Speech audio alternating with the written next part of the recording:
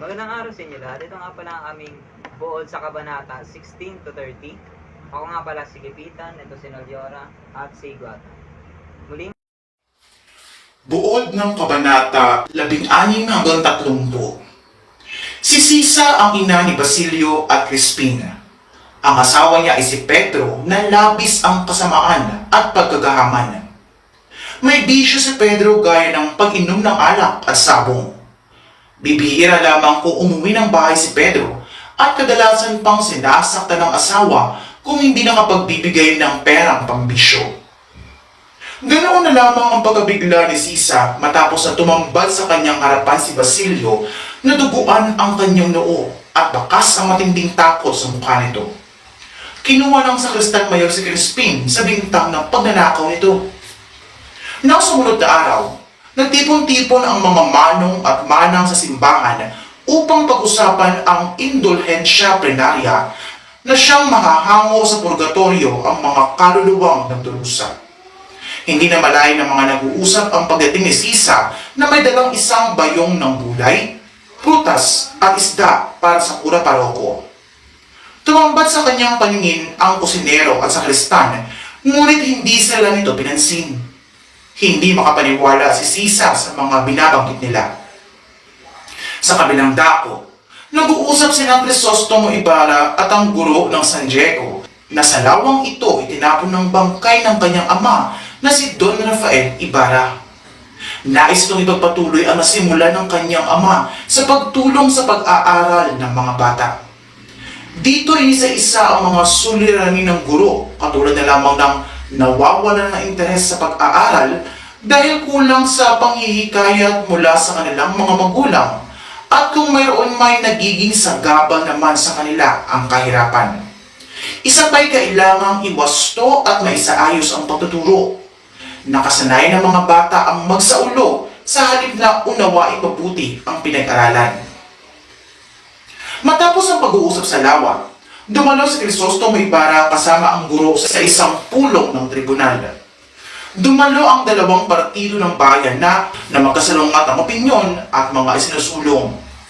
Ang Partido Konserbador o Konsertibado na binubuo ng mga matatanda at Partido Liberal na kinabibilangan naman ng mga kabataan.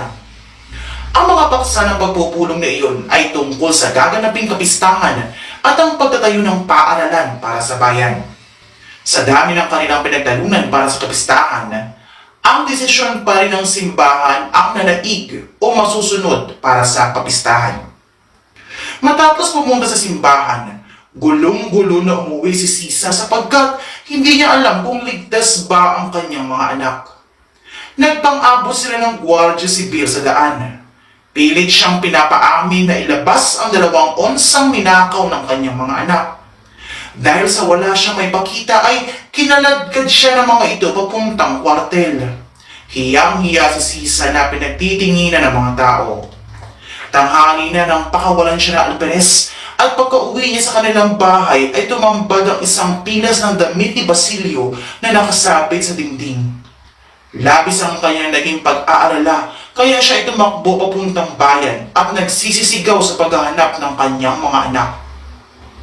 3 araw ang naging paghahanda ng mga mamamayan ng San Diego para sa darating na kapistahan.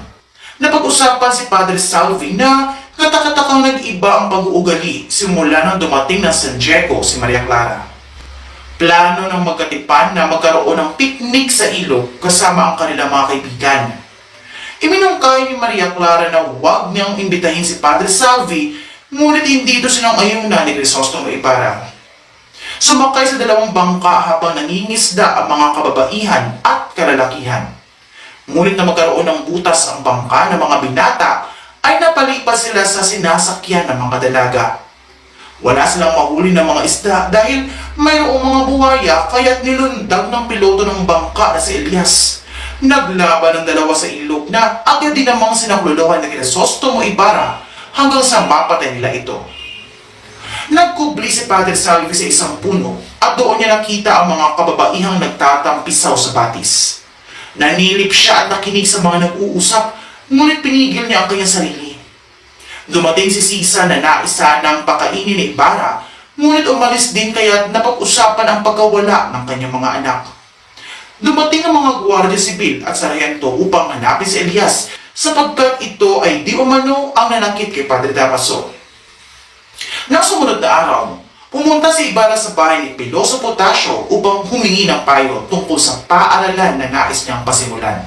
Sinalamat naman ito ng Piloso po at iminungkahin sa mga kinikilalang tao sa lipunan tulad ng kura dapat isang kunin ni Ibarra ang kanyang mga binabalak. Ika-10 ng Nobyembre at bisperas ng kapistahan sa San Diego. Handa na ang lahat sa bisperas pa lamang mula sa mga panangti, dekorasyon, paputok, pagkain, musika at mga programa. Samantala, tinatapos na ang bahay paaralan na pinapagawa ni Ibarra malapit sa kanyang tahanan sa pamamatnubay ni Ñol Juan. Dahil dito ay marami ang humanga sa kanya, ngunit marami din ang naging palihim niyang kaaway. Malaking handaan ang nakatakdang maganap sa bahay ni Kapitan Tiago at higit na marangya kaysa sa bahay ng ibang mayayaman sa San Diego.